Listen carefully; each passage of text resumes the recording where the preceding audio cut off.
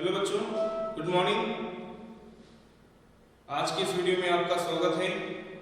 आज हम आपकी हिंदी की पाठ्य पुस्तक दूरवा भाग 2 का चौथा पाठ पढ़ेंगे, जिसका शीर्षक है गुब्बारे पर चीता।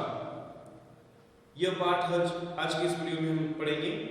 पिछले वीडियो में आपको मैं हूँ रोबोट ये पाठ पढ़ाया था।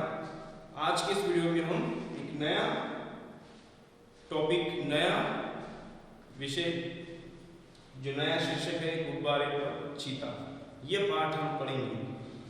तो आप अपनी टेक्स्ट बुक खोल कर बैठिए। पढ़ाते समय एक आध शब्द अगर आपको समझता नहीं है, तो कोई पढ़ने में डिफिकल्ट होता हो, तो आपको उसकी आइडिया आएगी। तो इसलिए टेक्स्ट बुक खोल के बैठना बहुत जरूरी है। तो इस पाठ के जो लेखक हैं, पता है कौन है? हाँ, देखिए ये पाठ आपको मैंने इससे पहले भी पढ़ाया था। अप्रैल में सेकेंड वीक में, अप्रैल के दूसरे हफ्ते में ये पाठ आपको मैंने पढ़ाया था और पढ़ाकर आपको इसके ऊपर एक वर्कशीट मैंने भेजी थी। तो उस वर्कशीट को कुछ बच्चों ने पूरा किया है और बहुत से ऐसे बच्चे हैं जिन्होंने अभी तक वो वर्कशीट पूरी नहीं की है। तो प्लीज उन बच्चों से मेरा अनुरोध है कि वो वर्कशीट इंटर ऐप कैंपस के ऐप से आप डाउनलोड कीजिए। इस वीडियो को फिर से एक बार ध्यान से देखिए और वो वर्कशीट पूरी कर जल्द से जल्द मेरे मेल आईडी पर भेज दीजिए। जिन बच्चों ने पहले भेजी है उनको भेजने की आवश्यकता नहीं है। उन बच्चों के लिए अलग से प्रश्न मैं आपको दूंगा, तो आपके इंटर अकाउंट पे आएंगे। ठीक है, ये जरूरी सूचना आप ध्यान रखेंगे। तो आज हम ये पाठ पढ़ने जा रहे हैं जिसका नाम है गुब्बारे पर चीता। ये पाठ रिवीजन है, इससे पहले हमने पढ़ चुका है, फिर से हम रिवीजन कर रहे हैं। क्यों? क्योंकि बहुत से बच्चों ने इसको अभी तक रिस्पॉन्ड नहीं किया, इसलिए। तो गुब्बारे पर चीता ये आज हम पढ़ेंगे। तो इस पाठ के लेखक के बारे में मैं आपको पूछ रहा था, कौन है लेखक? हाँ, प्रेमचंद। जाना पहचाना नाम है आपके लिए। प्रेमचंद जी के बारे में आपने पढ़ा होगा इससे पहले भी। प्रेमचंद जी हिंदी साहित्य के सम्राट कहे जाते हैं। 20वीं सदी के प्रसिद्ध लेखक हैं प्रेमचंद जी। मुंशी प्रेमचंद जिसे कहा जाता है। तो उनकी जीवन परिचय पहले हम देखेंगे। ये पाठ पढ़ने से पहले मुंशी प्रेमचंद जी का जीवन परिचय हम जानेंगे, फिर हम इस पाठ को आगे, इस पाठ के बारे में आगे हम बढ़ेंगे। तो आइए सबसे पहले हम मुंशी प्रेमचंद जी की जीवन परिचय के बारे में जानते हैं। देखिए ये है मुंशी प्रेमचंद जी। इनका एक प्रसिद्ध जो कोट है वो आपको मैं बताता हूं। हाँ, ये देखिए। तो इस कोट के माध्यम से, इनके विचार के माध्यम से आज के इस पाठ की हम शुरुआत करेंगे। तो ये है, कहते हैं, चिंता एक काली दीवार की भांति चारों ओर, जो चिंता होती है, जो वर्री होती है, जो फिक्र होती है, वो कह रहे हैं चिंता एक काली दीवार की भांति चारों ओर से लेकर लेती है, घेर लेती है, जिसमें से निकलने की फिर कोई गली नहीं सुझती। जब हम चिंता में सुलझ जाते हैं तो उस चिंता से बाहर निकलने का कोई रास्ता हमें नहीं मिलता, ये उनका कहना है, ये उनके विचार है। तो इस विचार से आज हम जानेंगे। ये है मुंशी प्रेमचंद जी, उनका जीवन परिचय आज हम जानेंगे। ये मुंशी प्रेमचंद जी जिनका जीवन काल 1880 में उनका जन्म हुआ, 1936 में मृत्यु हुई। तो उनका जीवन परिचय एक वीडियो के माध्यम से हम जानते हैं। आप देखिए, किसी भी व्यक्ति का जीवन परिचय जानना हमारे लिए महत्वपूर्ण होता है।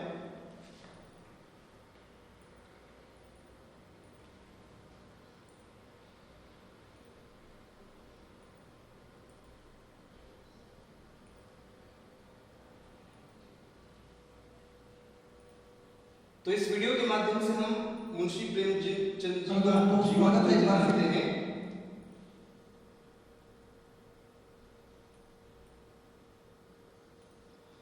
हाँ, तो उनका जीवन परिचय क्या क्या उन्होंने लिखा, उनकी मृत्यु को वही क्या है, वो हम आज इस वीडियो के माध्यम से जानेंगे। तो देखिए, मुंशी प्रेमचंद एक हिंदी साहित्य के महान लेखक हैं। वो आज हम इसके माध्यम से जानेंगे। देखिए, मुंशी प्रेमचंद जी को हिंदी साहित्य के इतिहास उपन्यास सम्राट के नाम से जाना जाता है। प्रख्यात उपन्यासकार अब बड़े होने के बाद आपको उसके बारे में ज्यादा जानकारी मिलेगी। तो प्रख्यात उपन्यासकार हैं वो शरद चंद्र चट्टोपाध्याय ने उन्हें उपन्यास सम्राट का नाम दिया था। आपने हिंदी साहित्य को कई उपन्यास, नाटक, निबंध आदि रचनाएं समर्पित की हैं, जिसका यह संसार सदैव आपका आभारी रहेगा। शुरू में कहा गया है। फिर मुंशी प्रेमचंद जी के बचपन का नाम था धनपत राय। मुंशी प्रेमचंद जी का बचपन का जो नाम था धनपत राय, और उनका जन्म 31 जुलाई 1880 को वाराणसी में हुआ। कब? 31 जुलाई 1880 को वाराणसी में। देखिए ये डेट आप याद रखेंगे। वाराणसी कहाँ है पता है? उत्तर प्रदेश में है। तो वाराणसी के निकट लम्ही नामक ग्राम, छोटे से गांव में हुआ था।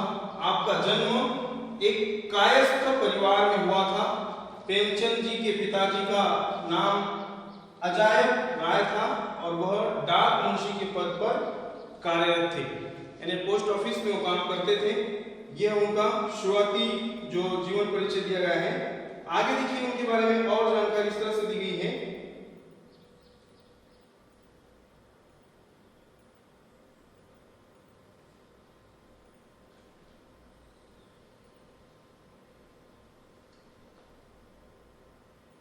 आगे देखिए उन्होंने फिर जो मैट्रिक की एग्जाम थी, 10th में जब थे तब वो परीक्षा में उत्तीर्ण की। फिर वे प्रेमचंद जी का जो विवाह था वो शिवरानी देवी के साथ हुआ। जैसे 10th उन्होंने पास की उनका विवाह हुआ। स्कूल के अध्यापन करते हुए आपने स्नातक परीक्षा यानी जो बैचलर डिग्री थी उनकी वो परीक्षा उन्होंने पास की, उत्तीर्ण की। और फिर गोरखपुर के स्कूलों में डिप्टी इंस्पेक्टर बन गए। उसी समय महात्मा गांधी जी ने भारत की स्वतंत्रता के लिए सरकारी नौकरियों का त्याग करने का बिगुल बजाया, जिससे प्रभावित होकर मुंशी प्रेमचंद अपनी नौकरी से त्यागपत्र दे दिया। त्यागपत्र देने के बाद कुछ दिनों तक अपने कानपुर के एक मारवाड़ी स्कूल में अध्यापन का कार्य किया। जब उन्हें उस अपने नौकरी से त्यागपत्र दिया तो फिर वे आगे एक स्कूल में टीचर बन गए, वहां पे अध्यापन का काम उन्होंने किया। फिर काशी विद्यापीठ में प्रधानाध्यापक के पद पर नियुक्त हुए। काशी विद्यापीठ में प्रधान अध्यापक नियुक्त होने के बाद फिर आगे जो कार्य था उनका, वो आगे कार्य बढ़ता गया। जैसे जैसे वो आगे कार्य करते गए वैसे वैसे उनका जो साहित्य था वो साहित्य उनका समृद्ध होता चला गया। बाद में मुंशी प्रेमचंद अनेक पत्र एवं पत्रिकाओं का संपादन किया था तथा काशी में एक प्रेस खोला।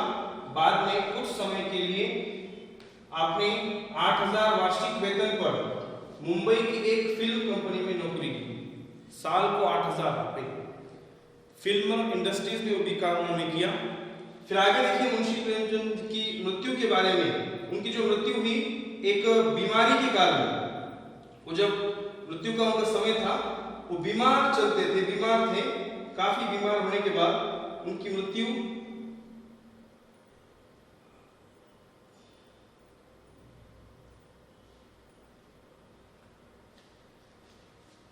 उनके जीवन के अंतिम दिनों का काफी समय बनारस और लखनऊ में गुजरा।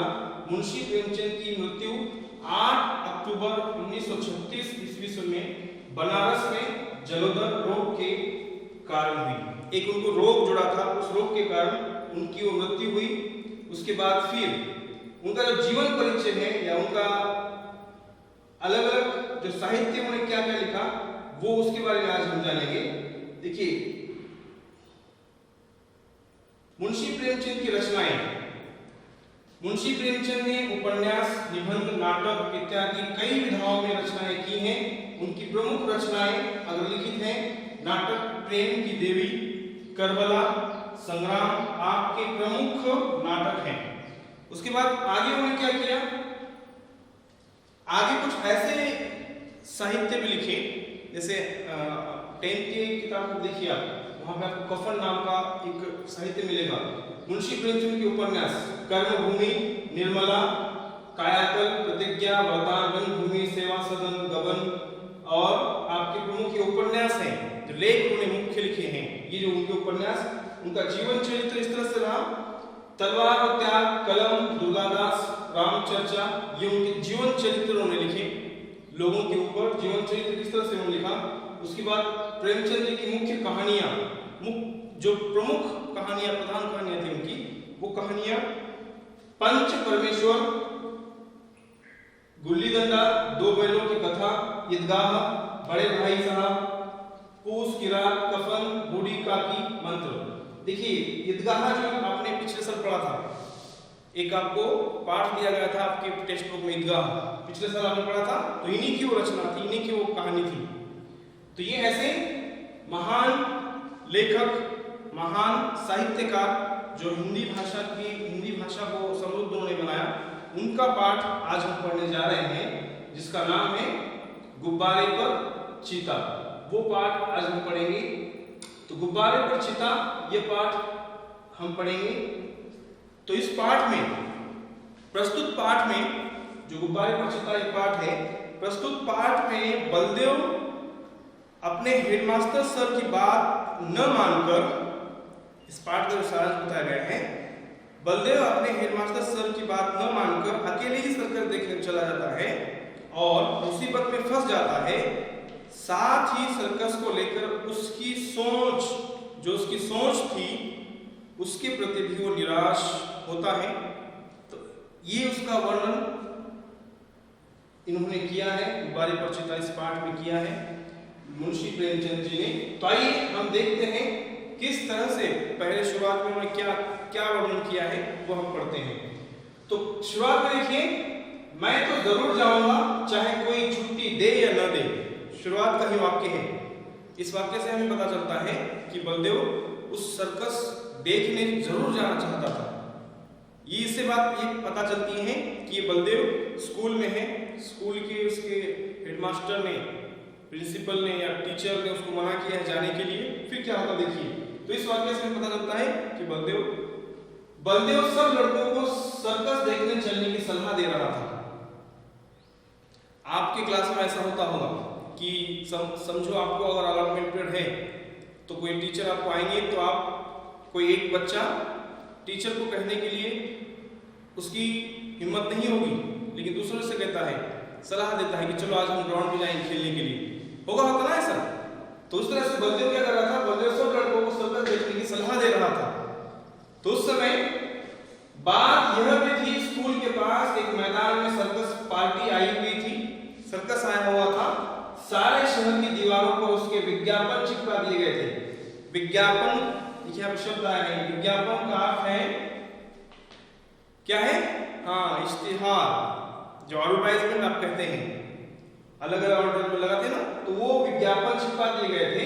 विज्ञापन में तरह तरह के जंगली जानवर अजीब अजीब काम करते दिखाए गए थे। लड़के तमाशा देखने के लिए ललचा रहे थे।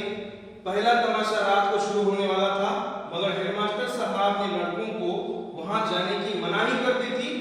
इश्तिहार बड़ा आकर्षक था। आ गया है, जिस तमाशे की आप लोग भूख प्यास छोड़कर इंतजार कर रहे थे, वही बम्बई सर्कस आ गया है। इश्तिहार में लिखा हुआ था, कौन सी लाइनें? ये आ गया है। देखिए कोई जो व्यक्ति खुद का उनका सामान बेचना है या कुछ उनको एडवर्टाइजमेंट करना है तो वो लिखते हैं। सर्कस वाला लिखा था, आ गया है, जिस तमाशे की आप लोग भूख प्यास छोड़कर इंतजार कर रहे थे, वही बम्बई का सर्कस आ गया है। ऐसा उस विज्ञापन में लिखा हुआ था।